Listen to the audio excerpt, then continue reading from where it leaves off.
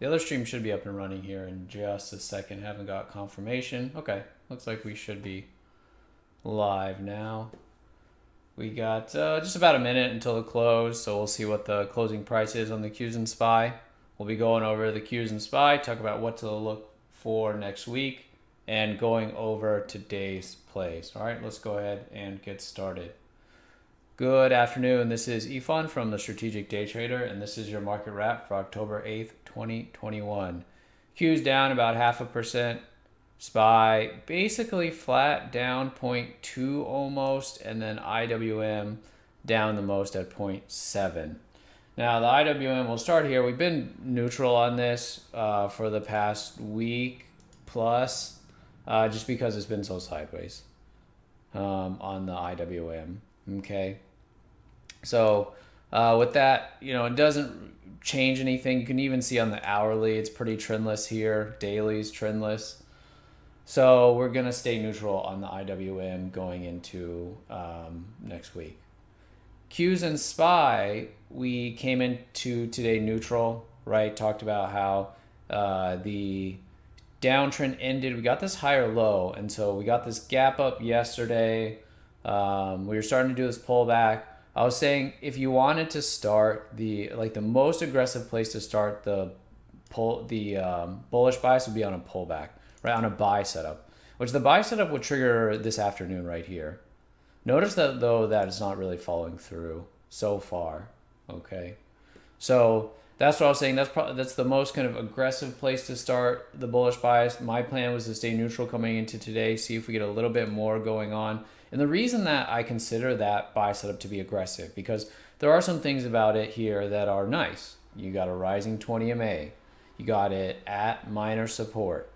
But the thing that we've been anticipating is this daily sell setup, right? We've been talking about sell setup, I think, pretty consistently here for the last couple of weeks, just because we get individual plays with sell setups. The market itself had done a sell setup and followed through. That's what we really kind of focused in on right before this sell-off. And so we're getting some semblance of that again. It's a really ugly version of one.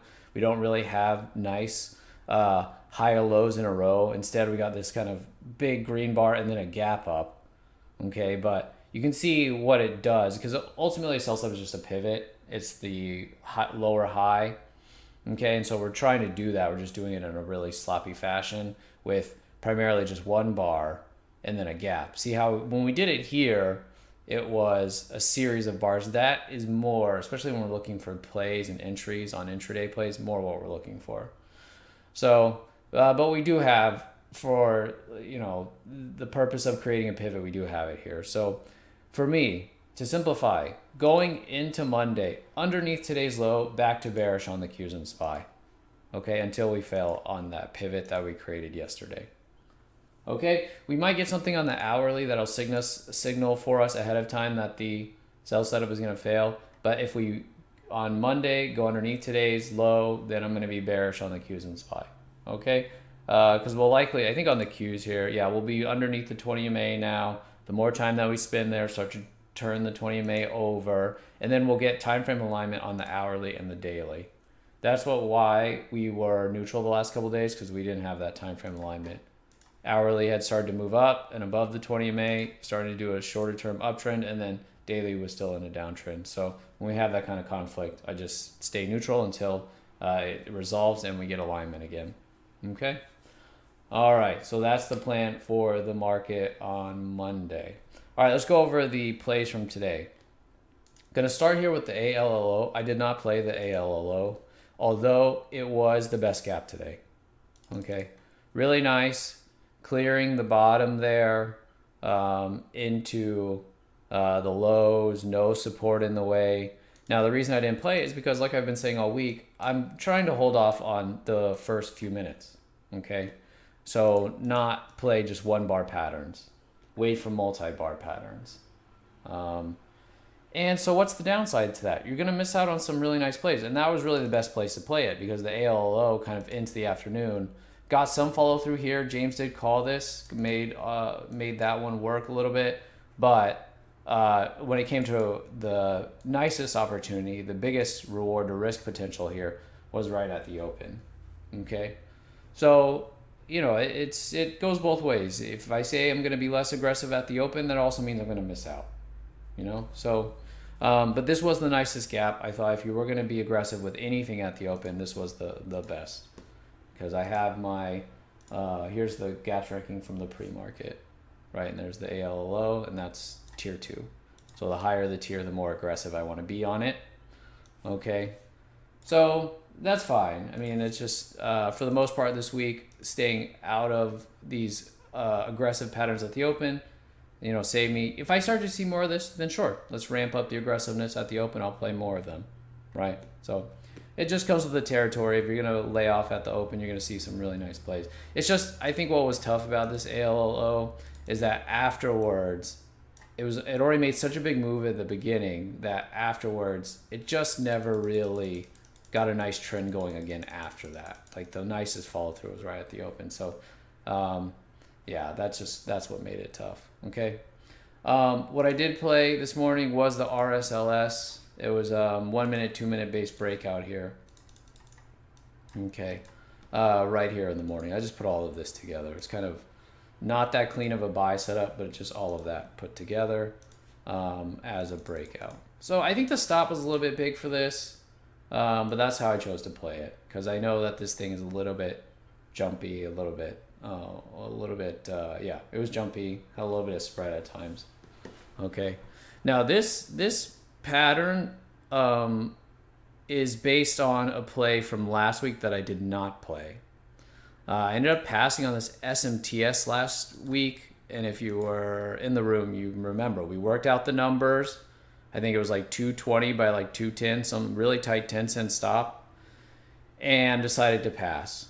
Okay, and so when you see something, you pass on something like that, and then at 220, and then it explodes like that for 6 Rs really, really quickly. Went climactic actually, and then worked as a climactic to the downside. That stuff kind of, it doesn't feel good, right? It bothers you. It's almost, this kind of chart goes on to kind of haunt you a little bit, right?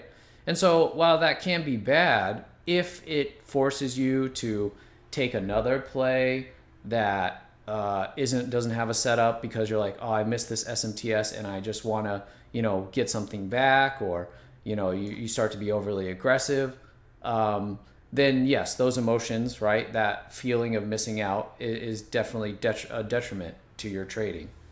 Now, the RSLS, right, similar idea here, and I'm playing it basically a week later because I see what the SMTS did, right, and I'm seeing a very similar kind of clear downtrend and then gap right above and then shows relative strength and then find a way in, right? Now, this didn't work nearly as well as the SMTS. SMTS went 6-7 Rs. This only went 2, but it still worked and it wasn't too bad.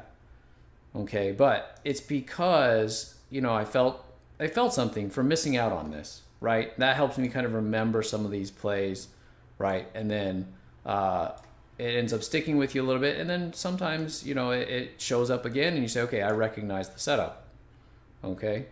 So, emotions can be useful in that way. Sometimes, when we're not that active, like in yesterday's, I talked about how in the morning I didn't have any plays yet called, but I also didn't feel like I had missed out a lot, right? If I knew that, okay, I was just passing too much and I'm watching everything go without me, I'll feel that. And so, if I pass on a bunch of stuff, I'm not active in the morning, and then get to the midway point, get to lunch, and I'm not really feeling like, oh, I missed out on a bunch of good stuff, it tells me, okay, that's fine. That means I'm, probably about the right aggressiveness that I should be. And it's great, of course, that yesterday afternoon we ended up having quite a few plays to go after, right? So that was yesterday's video. I know there's a little bit of the wrong video was sent out yesterday in the email, so if you want to check out yesterday's, it's called Afternoon Action, yesterday's market wrap. Okay.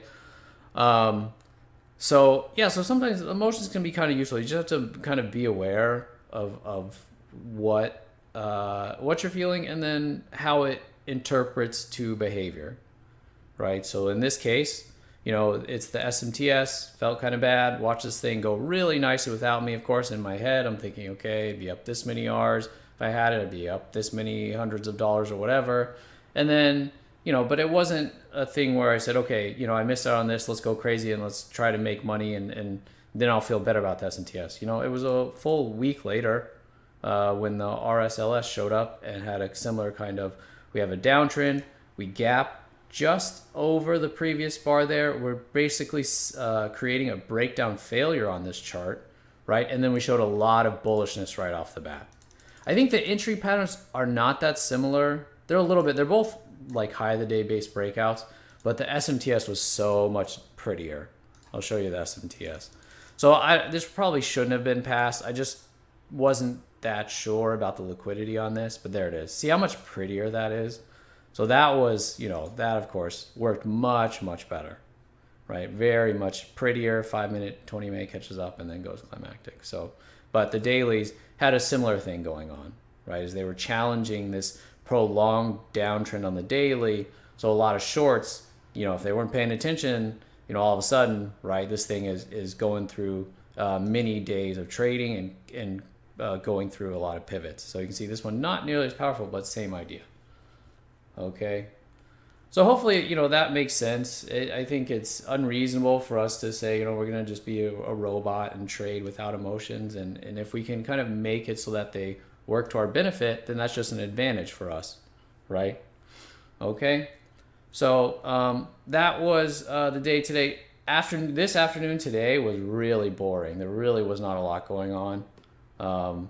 So, you know, it wasn't really like yesterday. But that's just, you know, how it is. I'm going to be here from open to close anyway. Don't get to have that guaranteed that the time that I spend or time being here is always going to be rewarded. And like I said yesterday, it's just market doesn't care. You know, when we want things to happen, it's going to do things on its own time. So, yeah, not as much stuff to do this afternoon, I thought. Okay, but I think overall week was pretty good. And I think next week, especially if the market gets moving, we should have plenty more, and earnings season is just around the corner. Okay? All right. Hope you did well today. Hope you had a nice week. I will talk to you on Monday. Have a good weekend.